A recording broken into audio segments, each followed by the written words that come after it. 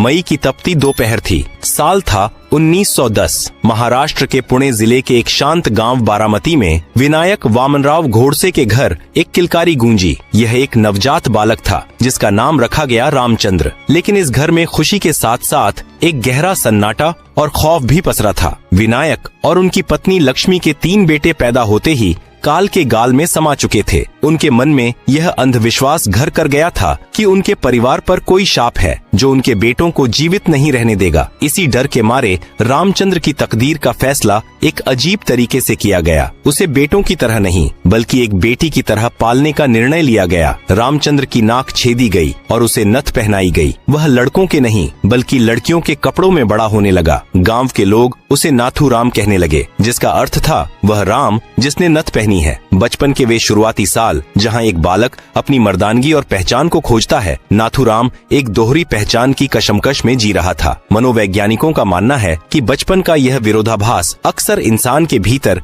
एक गहरी हताशा या अत्यंत आक्रामक व्यक्तित्व को जन्म देता है। नाथूराम का मन किताबी पढ़ाई में कभी नहीं लगा। 1928 में जब वह 10वीं की परीक्षा में असफल हो गया तो उसने स्कूल छोड़ दिया। लेकिन वह अनपढ़ नहीं था। उसके भीतर ज्ञान की एक ऐसी भूख थी जो साधारण स्कूलों में शांत नहीं हो सकती थी। वह घंटों पुस्तकालय में बैठकर हिंदू धर्म ग्रंथों, मराठा इतिहास और वैश्विक राजनीति का अध्ययन करता था। वह वीर सावरकर की रचनाओं का दीवाना था। लेकिन सबसे दिलचस्प बात यह है कि एक समय ऐसा भी था जब नाथू